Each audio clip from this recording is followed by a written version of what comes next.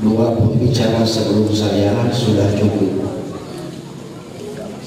Yang disampaikan oleh Profesor Zainal sebagai Ketua Majelis Ulama Surakarta mengajak kita untuk menerima kenyataan ini dengan sabar.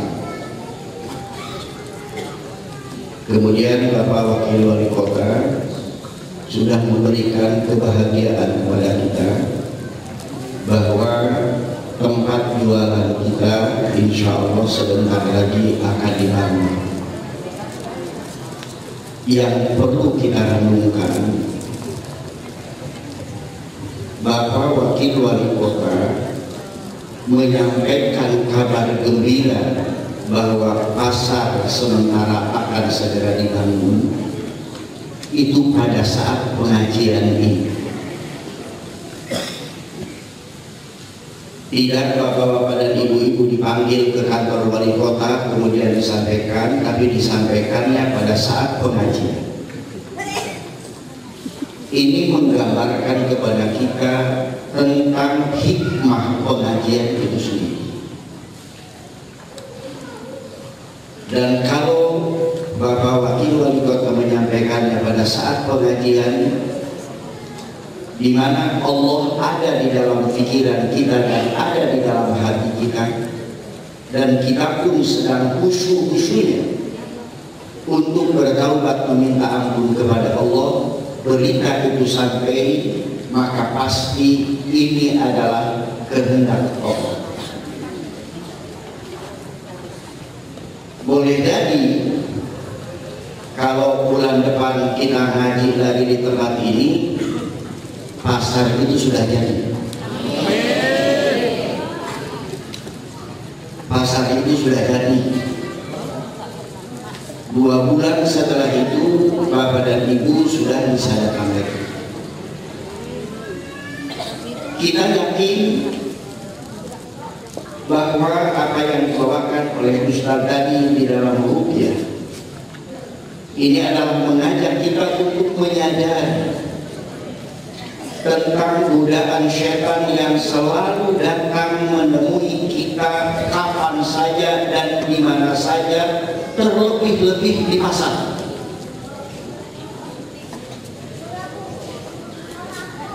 Sebab ada peribahasa orang, kalau mencari orang yang muttaqin itu tempatnya di masjid. Tapi kalau ingin mencari orang-orang yang mukadzibin, yang suka banyak bohongnya, itu di pasar.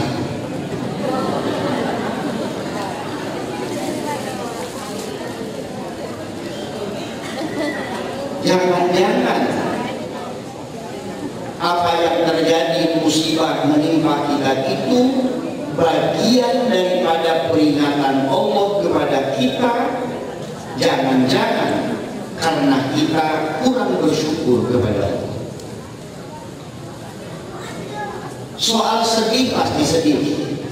Saya termasuk yang ikut sedih walaupun saya tinggal di Jakarta. Dan yang lebih sedih lagi bagi saya, karena saya belum pernah tahu pasar Klewer. Saya sudah pulang balik ke Solo berulang kali, tapi saya belum tahu pasar Klewer itu di mana. Mungkin kalaulah tidak terbakar, saya tidak tahu.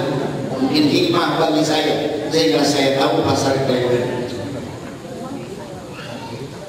Karena memang ketika kita mencoba melihat di awal dijadikannya kita oleh Allah, inna khalaqnal insana min nutfatin amsyad nabtali.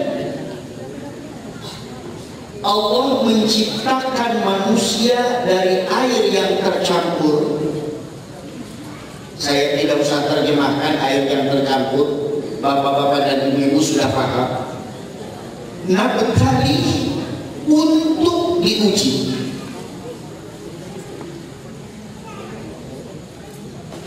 Jadi kalau kita surut ke belakang melihat asal penciptaan kita, Allah yang menciptakan kita sudah mengatakan, aku ciptakan manusia dari air yang tercampur untuk diuji.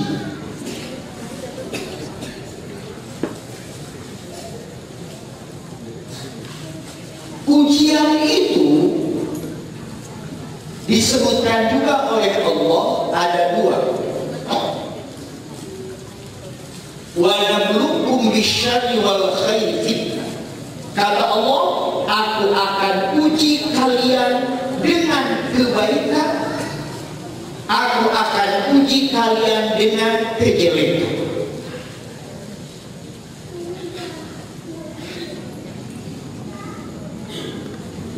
Karena itu bagi kita umat Islam, ketika kita sehat, sehat itu ujian. Ketika kita sakit, sakit itu ujian.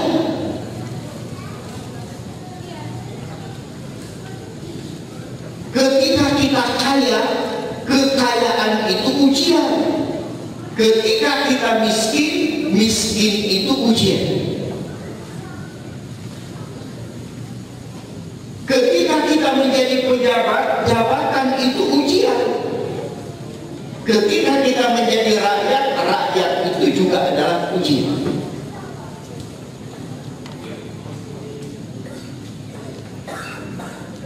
Bahkan tanggung jawabnya di hadapan Allah lebih dengan rakyat dibanding dengan pejabat. Tetapi kalau pejabatnya bisa adil, yang paling cepat masuk surganya pejabat juga. Kita bersyukur Bapak Wali Kota kita, Bapak Wakil Wali Kota kita begitu cepat merespon keresahan dan kegelisahan kita. Dan tentu ini semua adalah karena kesungguhan dari Bapak Wakil Wali Kota untuk membela rakyatnya yang sedang menghadapi kesulitan. Yang menggerakkan hati beliau Allah juga. Jadi ujian itu bisa bentuknya kebaikan, bisa bentuknya kejelekan. Jadi kalau Pak Jokowi sekarang jadi presiden, jabatan presiden itu ujian.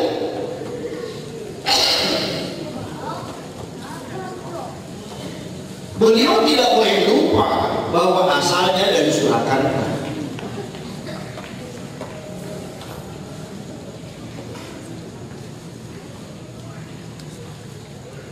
Jadi ujian itu adalah suatu kepastian.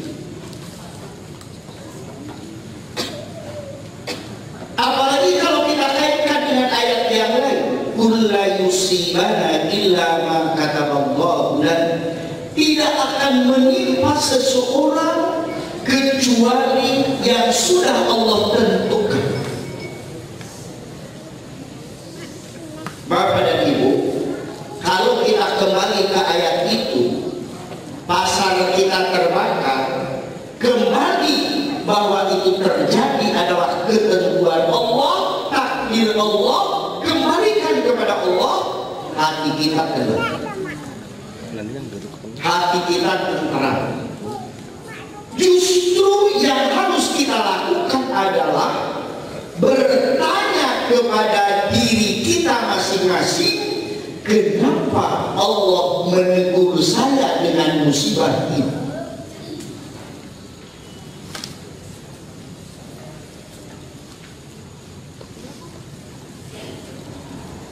Bagi bangsa Indonesia, pasar rewel terbakar itu hanya bagian kecil dari sekian banyak musibah yang pernah menimpa dan melanda kehidupan bangsa kita.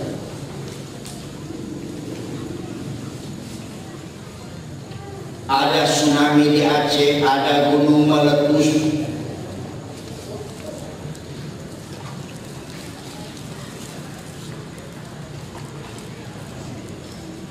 semuanya ini adalah ditentukan oleh Allah. Bahkan kalau kita melihat peristiwa air Asia yang jatuh,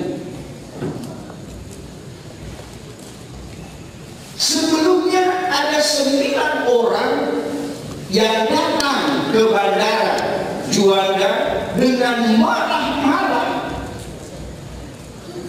karena dia ketinggalan. Yang mestinya berangkatnya 7.30, ini 6.30 sudah berangkat, sehingga 9 orang itu ketinggalan. Dia marah-marah, mencaci maki di sana kemari. Tapi ketika dia sedang marah-marah itu, dia dapat kabar bahwa Air Asia itu jatuh dan hilang. Akhirnya dia menangis, bukan karena kesel tidak jadi berangkat, tapi bersyukur karena tidak jadi berangkat.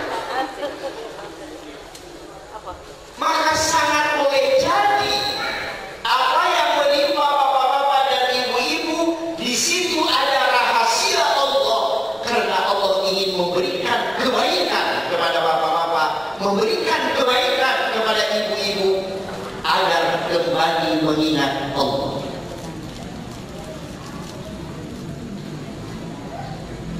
Bapak dan Ibu, kita kadang-kadang sebagai manusia suka lupa kepada Allah. Jangankan kepada Allah, kepada kepala kita, kepada kaki kita sendiri sering kita lupa. Buktinya, kalau kepala kita kepentok dinding, baru kita akan aduh kepala saya, baru ingat kita punya kepala. Kita sedang berjalan, kaki kita tersangkut batu, kita berteriak, aduh kaki saya, kita baru sadar bahwa kita punya kaki.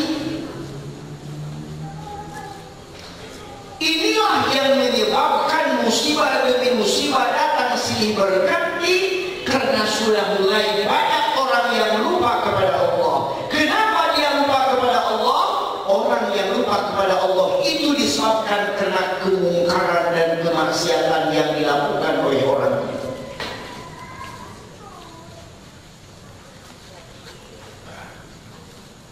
Allah tegas menyebutkan di dalam Al-Quran, wa in min qaryatin illa nahnu muhlikuha qabla yaumil qiyamah aw nu'adzibuha 'adzaban syadid. Kalau di dalam sebuah kehidupan sudah muncul kemungkaran dan kemaksiatan, maka aku, kata Allah, akan menghancurkan negeri itu sehancur-hancurnya. Atau kata Allah, kalau tidak aku hancurkan negerinya, aku akan datangkan azab bagi penduduk negeri ini.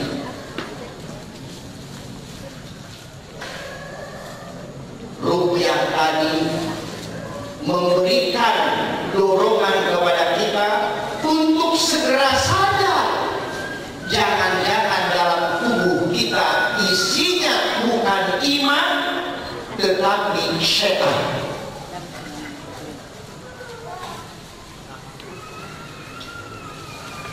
Bapak dan Ibu, kemungkaran yang terjadi di negara kita sekarang ini bukan hanya melanda orang-orang dewasa. Sekarang ini sudah menimpa anak-anak kecil.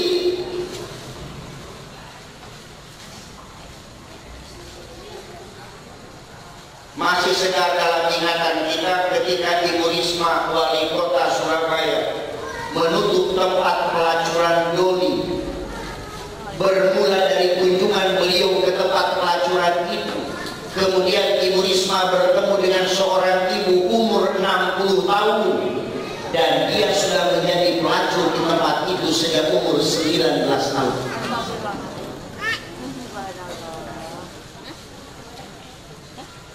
Ibu Risma bertanya, apa ibu yang sudah usianya 60 tahun masih praktek?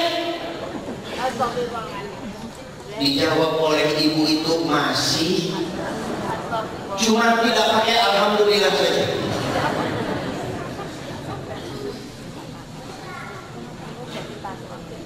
Ibu Risma bertanya lagi, kalau ibu masih praktek, ibu yang sudah tua, pelot, siapa pelanggannya? Ibu itu menjawab pelanggan saya sekarang anak-anak SD dan anak-anak SMP.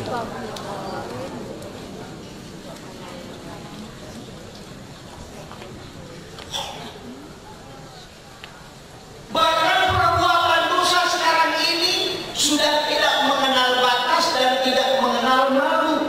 Bahkan terjadi di negeri ini sesuatu yang mestinya tidak boleh terjadi, tapi itu terjadi. Saya baru kembali dari Sambas, Kalimantan Barat. Mantan Bupati Sambas bercerita kepada saya tentang proses pengadilan di Sambas. Kata mantan bupati itu, ada pengadilan di Sambas terhadap seorang pemuda yang memperkosa.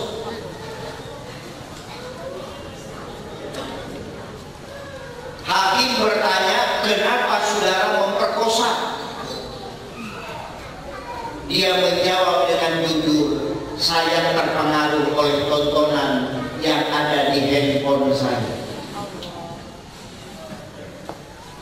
Jadi kalau dulu layarnya lebar, kemudian layarnya mengecil menjadi televisi, sekarang lebih mengecil lagi, bisa dikantongin di saku kita. Jadi dia terpengaruh oleh film-film porno yang ada di handphone dia. Hakim pun bertanya, dari mana saudara dapat itu? Dengan jujur, pemuda itu menjawab, dikirim dari bapak saya.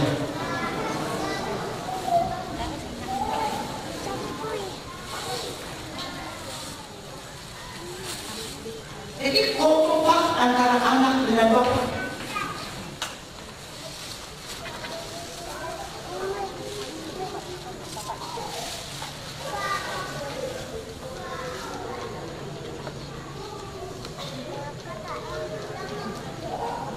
Minuman keras tergelar di mana-mana. Yang orang sekarang tidak hanya cukup minum minuman keras yang dibuat oleh pabrik. Dia campur spiritus, dia campur obat nyamuk, oplosan jadi. Dan langsung dia minum, langsung juga mati.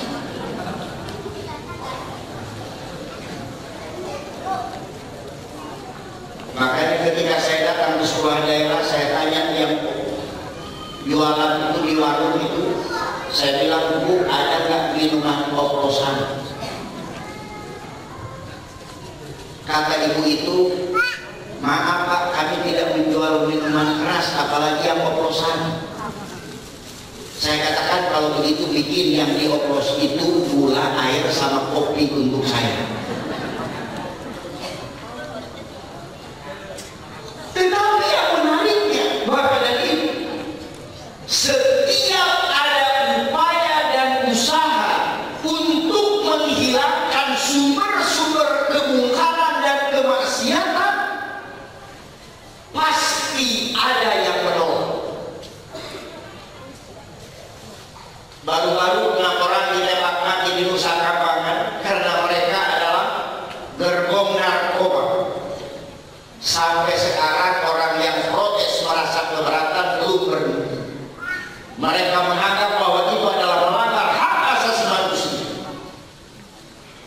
Padahal Ketua DPR kita Setia Novanto mengatakan orang yang mati karena narkoba itu sehari 40 orang. Sehari. Ini baru 6 sudah kayak.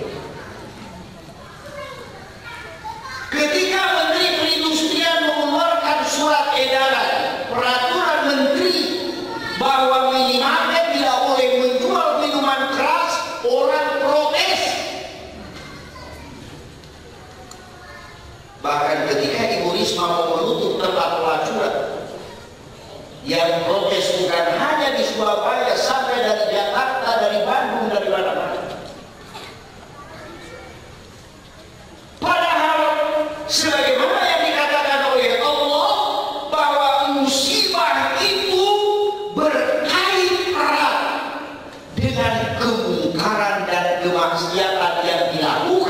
manusia.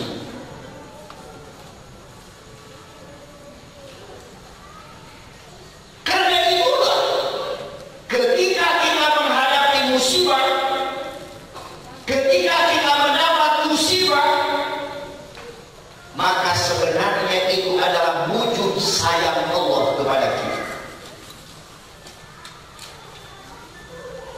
Karena Allah ingin mengingatkan kita.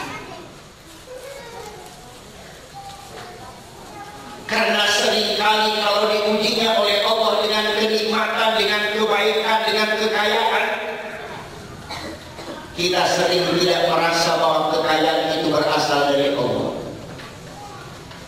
Baru ketika dia mendapatkan musibah, Allah terus yang disebut. Ketika sehat, kita lupa kepada Allah. Tapi ketika Allah kasih sakit gigi saja, sambil dia pegang pipi, ya Allah, sakit gigi ya Allah, sembuhkan ya Allah, Allah terus yang disebut. Tapi ketika Allah sembuhkan sakit gigi kita, jangankan tulang ayam, tulang orang kita gigit juga.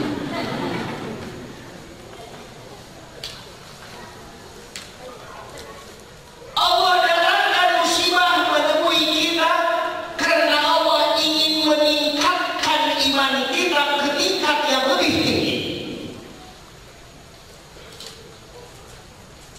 Sementara kita sering menganggap kalau kita dapat musibah, tidak jarang orang mengatakan, kok kenapa kita yang dikasih musibah, kenapa enggak orang kaya-kaya itu yang kena musibah. Padahal ketika kita mendapatkan musibah, kalau kita sabar, maka dosa kita akan diampuni oleh Allah. Kalau kita sabar, maka pahala akan diberikan oleh Allah kepada kita. Sampai-sampai Rasulullah mengatakan, tertusuk duri sekecil apapun yang menyebabkan kita sakit, kalau kita sabar, menghapus dosa dan kesalahan kita.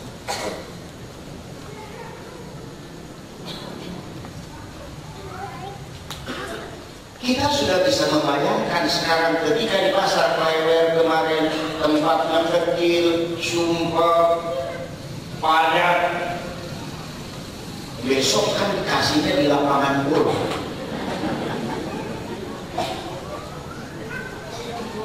Yang belanja akan lebih banyak, lebih enak.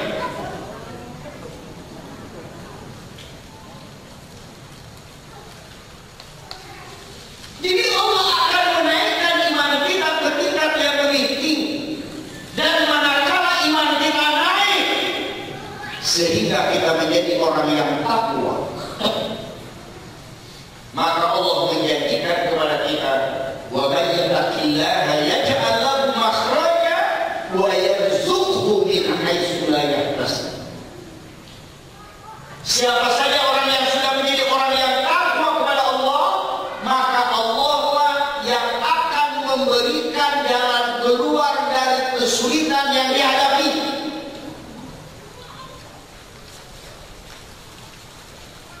Bapak dan Ibu kesulitan tidak bisa dagang. Bapak dan Ibu sudah barangnya sudah habis, bagaimana lagi mencari modal? Allah gerakkan hati orang sehingga akan dibangunkan tempat yang baru. Nanti kalau kita terus sabar, Allah akan tunjukkan juga kepada kita dari mana kita bisa mendapatkan modal.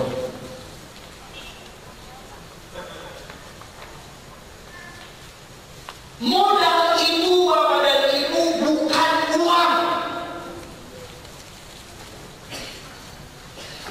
Modal itu bukan uang. Uang itu adalah hasil dagang. Jangan dijadikan modal. Modal kita itu adalah semangat yang tinggi,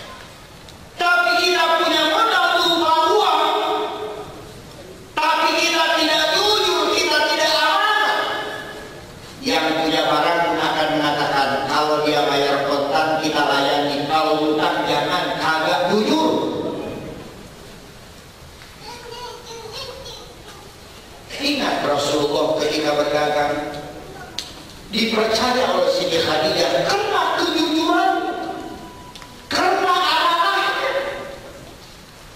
Tidak tercatat dalam sejarah berapa modal berupa uang yang dimiliki oleh Rasulullah, tidak ada.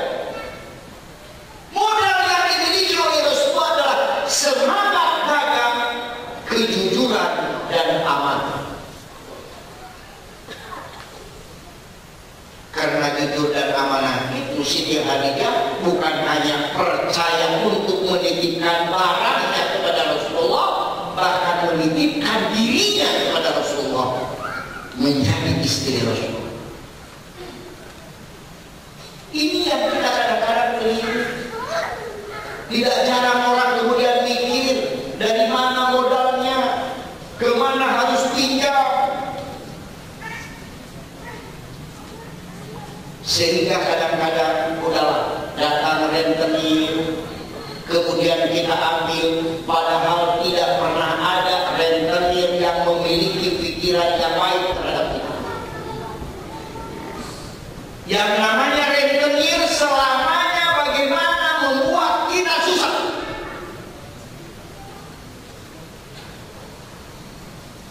Tapi karena kita berpikirnya modal itu adalah uang, kalau tidak ada uang kita tidak bisa memulai. Itulah yang kemudian sering menyebabkan kita berurusan dengan rentenir. Padahal rentenir itu kadang-kadang kita pinjam kepada dia 10.000 dan kita harus membayar bunganya 1.000 sehari tanpa mengurangi pinjamannya. Ini adalah mencekik. Ini yang sering disebut juga sebagai lintah darah.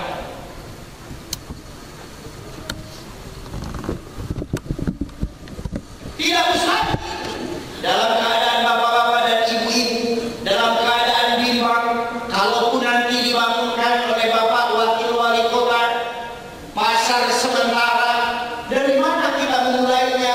Nggak punya uang untuk belanjanya. Ini bisa menjadi sasaran yang empuk bagi para rentenir.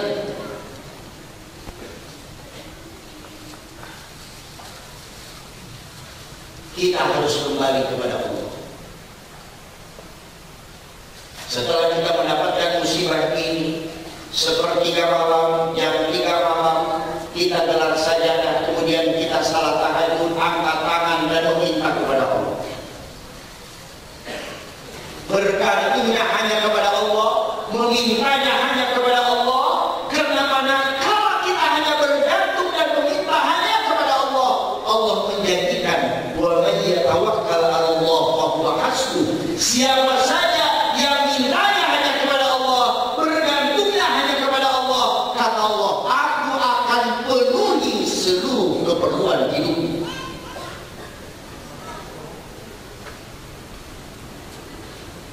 Kebiasaan yang lalu kita tinggalkan, yang lalu biarlah berlalu. Karena mungkin masa yang lalu jam 3 kita bangun juga, tapi hanya untuk buang air kecil, setelah itu tidur lagi.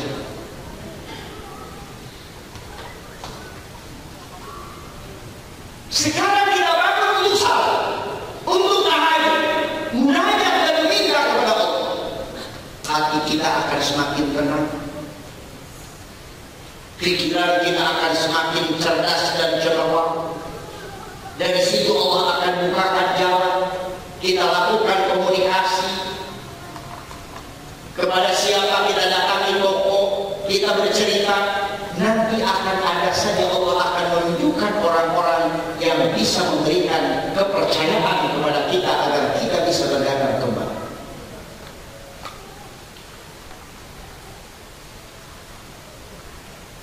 Karena itu saya sangat berharap, karena kabar baiknya mulai dari pengajian, maka pengajian ini harus kita jadikan sebagai tempat untuk menambah ilmu.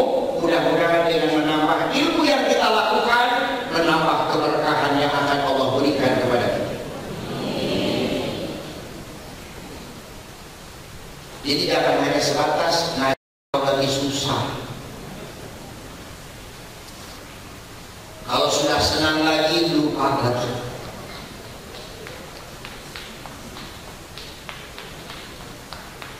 Kita lihat bagi bapak-bapak dan ibu-ibu yang pernah haji, yang namanya di Mekah dan di Madinah, kalau sudah terdengar azan, nggak ada lagi warung yang buka. Semuanya melaksanakan salat.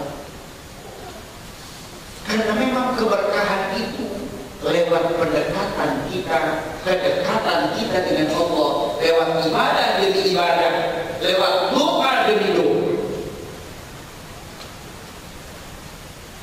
Namun bila jangan-jangan Allah mengingatkan kita lewat terbakarnya warung kita, kios kita. Jangan-jangan karena selama ini kita sibuk di pasar, sehingga kita tidak tahu lagi anak kita di rumah apakah bisa membaca Al-Quran atau tidak. Padahal tugas yang pertama dan utama kata Allah, qu anfusakum wa ahlikum nar. Jaga dirimu, jaga keluargamu dari siksa api neraka. Bapak dan ibu akan menyesal, dan penyesalan itu tidak akan bisa dibayar oleh apapun. Kalau naudzubillah ketika bapak-bapak dan ibu-ibu sedang menghadapi sakaratul maut, kemudian memanggil anak sambil kita kena, tolong bacakan ayat Allah. Ibu ingin mendengar ayat-ayat Allah dibacakan menjelang kematian ibu.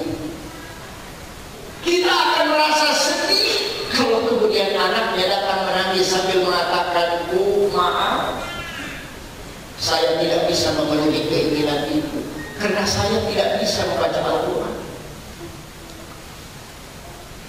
Kenapa dia tidak bisa membaca Al-Quran? Jangan-jangan karena kita selama ini terlalu sibuk di pasar, pendidikan anak tidak terperhatikan secara baik. Karena itu Majlis Ulama Surakarta, Dewan Dakwah Jawa Tengah siap untuk menyiapkan tenaga-tenaga pengajar bagi anak-anak bapak-bapak dan ibu yang belum bisa membaca Al-Quran. Para santri yang tadi duduk di sini dari Wonogiri siap untuk menjadi guru,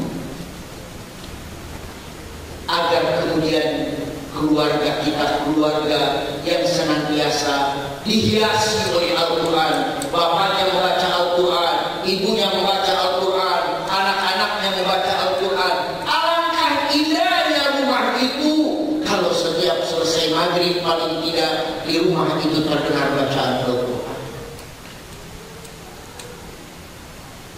Ini yang sekarang ini agak berkurang dalam kehidupan. Saya masih ingat ketika saya masih di kampung, habis maghrib terdengar di setiap rumah baca Al-Quran. Tetapi kalau saya kembali ke kampung saya sekarang, tidak ada lagi orang yang membaca Al-Quran. Suara yang terdengar dangdutan.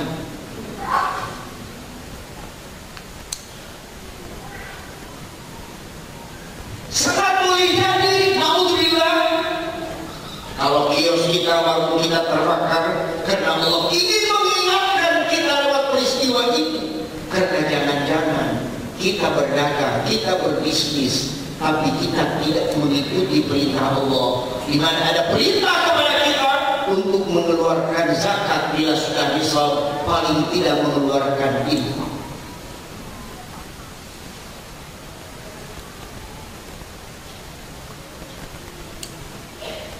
Maka dengan demikian, ketika kios bapak-bapak dan ibu-ibu yang nanti akan dibangun di lapangan bola itu kembali ke tangan bapak dan ibu, tolong sediakan kenceng kotak amal di tokonya masing-masing, dan niatkan setiap hari 1000 masukan kejelekan itu. Niatkan untuk infak.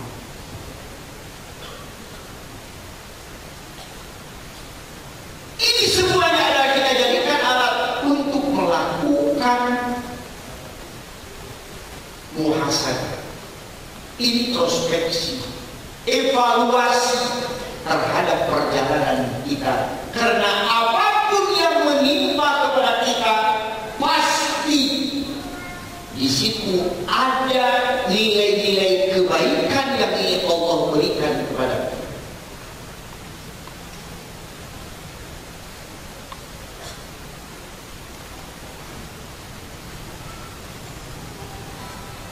Insya Allah Majelis Ulama, Purwakarta, Dewan Dakwah dan lembaga-lembaga Islam yang lain siap untuk memberikan pengajian paling tidak seminggu sekali untuk bapak-bapak dan ibu-ibu, sehingga kita benar-benar memahami tentang Islam.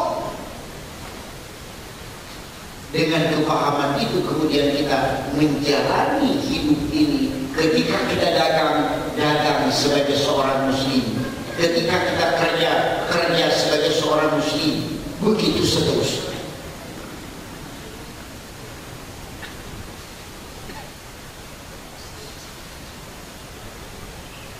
Kalau kita melihat kisah para sahabat Rasulullah yang kekayaannya berlimpah, karena mereka selalu membersihkan kekayaannya dengan zakat dan dengan infak.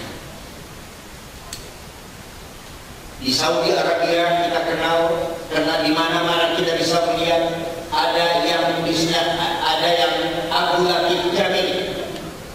Dia adalah perwakilan perusahaan mobil Toyota untuk Saudi Arabia. Kekayaannya nggak habis-habis. Ada Sulaiman Ar-Roji, kekayaannya nggak habis-habis.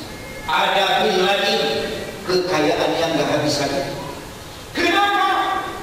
Karena mereka tidak bosan untuk selalu membersihkan harta kekayaannya dengan zakat, dengan infak.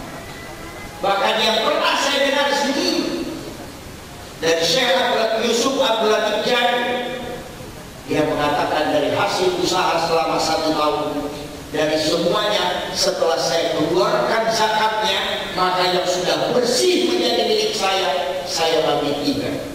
Sepertiga untuk pengembangan usaha, sepertiga untuk makan saya dan keluarga, sepertiga saya infakkan.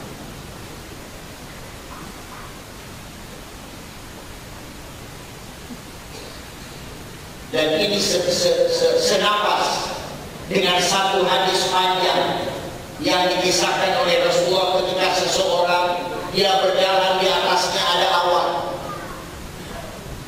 Tiba-tiba ada suara yang memberitakan, wahai awan, bergeraklah engkau ke sebelah sana dan turunlah engkau di kebunnya si fulan.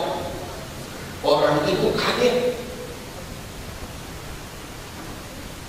Karena dia kaget ada awan diperintah, dia ikuti awan itu. Awan itu terus bergerak melewati 1, 2, 3, 4 perkebunan, lewat terus sampai kepada satu kebun. Turunlah dia sebagai hujan di kebun itu. Di tempat itu ada orang yang sedang bekerja. Orang itu pun kemudian bertanya, apa istimewanya Bapak? Karena awan ini ada yang memerintahkan, hanya saya ikuti dan melewati sekian kebun baru turunnya di sini. Apa istimewanya Bapak dalam bertanya? Kata dia, biasa-biasa saja. Hanya kata dia, saya senantiasa kalau panen saya keluarkan zakatnya, kemudian yang hak saya itu saya bagi 3, sepertiga untuk memelihara kebun, sepertiga untuk makan saya dan keluarga saya, sepertiga saya infakkan kembali. Karena zakat saya baru memenuhi kewajiban, belum mendapatkan sunnah-sunnah. Tapi setan yang ada di dalam diri kita selalu mengatakan, jangan infak, nanti kamu miskin.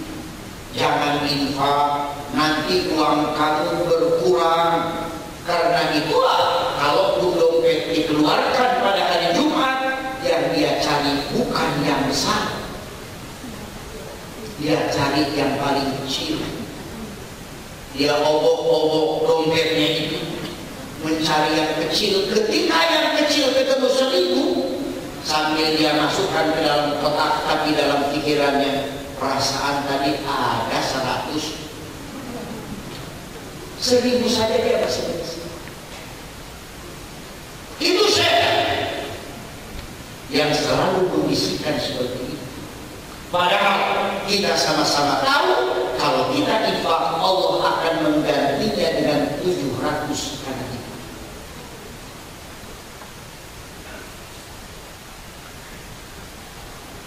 walaupun godaannya 700 kali lipat juga.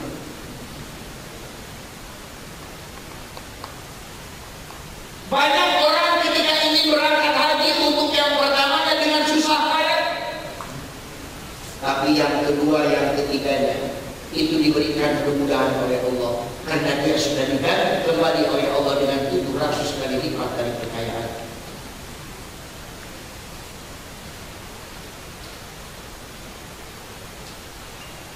Inilah arti musibah bagi kita. Jadi kembali saya ingin mengingatkan kita semua, termasuk mengingatkan diri saya, bahwa diciptakannya kita oleh Allah untuk diuji. Ujian itu bisa dalam bentuk kebaikan dan bisa bentuk kejelekan. Yang manapun ujian yang kita hadapi, di situ ada wujud sayang Allah. Karena lewat ujian itu Allah ingin mengingatkan kita. Dengan ujian itu Allah ingin meningkatkan iman kita. Dengan ujian itu Allah ingin memberikan pertolongan dan kemenangan kepada kita. Kemenangan sudah ada di depan mata kita sekarang. Sekali lagi tadi sudah diumumkan oleh Bapak Wakil Wali Kota kita bahwa akan dengan waktu yang singkat akan segera tinggal kembali kepada kita untuk berdoa. Pak Wakil Wali Kota sudah berusaha, kita berdoa agar supaya segera mendapatkan siapa yang akan melakukannya, siapa yang akan mengeluarkan izinnya, sehingga dengan doa itu mudah-mudahan kemudian Allah menundukkan hati semua orang yang terlibat, sehingga kios atau warung atau toko yang kita harapkan akan segera terwujud dan kita kembali untuk berdagang. Tetapi ingat, terwujudnya itu diproklamasikan, disampaikan beritanya pada saat pengajian. Karena itu kalaupun sudah dagang kembali, kalau ada pengajian jangan sampai ketinggalan, karena mendapatkan toko itu lewat pengajian yang tadi sudah diumumkan oleh Bapak Wakil Wali Kota kita dan juga diperkuat oleh Ketua Majelis Ulama kita syukuri. Dengan pengajian ini Allah memberikan kemudahan kepada kita. Bapak dan Ibu yang saya hormati, saya kira itu sajalah yang dapat saya sampaikan. Mudah-mudahan yang sedikit ini ada manfaatnya bagi kita. Bila ada yang benar, datangnya dari Allah. Bila ada yang salah, mudah-mudahan Allah memaafkan saya dan memaafkan kita semua. Kita sama-sama akhiri dengan doa. Ya Alim, Ya Malik, Ya Qudus, Ya Salam, Ya Aziz, Ya Jabbar, Ya Mutakabbir. Allahumma ya Allah, kami yang duduk bersikuh di tempat ini, di rumahmu yang suci ini, adalah hamba-hambamu yang datang mengetuk pintu, ya Allah. Kami datang untuk meminta ampun atas segala dosa dan kesalahan yang kami perbuat selama ini. Ya Allah, kami yakin sepenuh keyakinan bahwa tidak ada yang bisa kami sembunyikan di hadapan-Mu, karena Engkau Maha Tahu dan Engkau Maha Melihat. Kau tahu dan melihat kami, ya Allah, pada jalan melaksanakan dagang kami. Malam ini dengan segala kerendahan hati, kami mohon kepada-Mu, ya Allah, ampunilah dosa dan kesalahan kami. Ampunilah dosa dan kesalahan kami, ya Allah. Ampunilah dosa dan kesalahan kami, ya Allah. Bersihkan hati kami dari segala dosa dan noda. Cinta kepada Rasul-Mu dan cinta kepada kita. Ya Allah, jauhkan kami dari godaan syaitan yang akan menyebabkan hilangnya rasa cinta kami kepada-Mu. Jauhkan kami dari godaan syaitan yang akan menyebabkan hilangnya keikhlasan dan kekhusyuan kami dalam beribadah kepada-Mu. Lakukan lewat tangan dan kaki kami. Jangan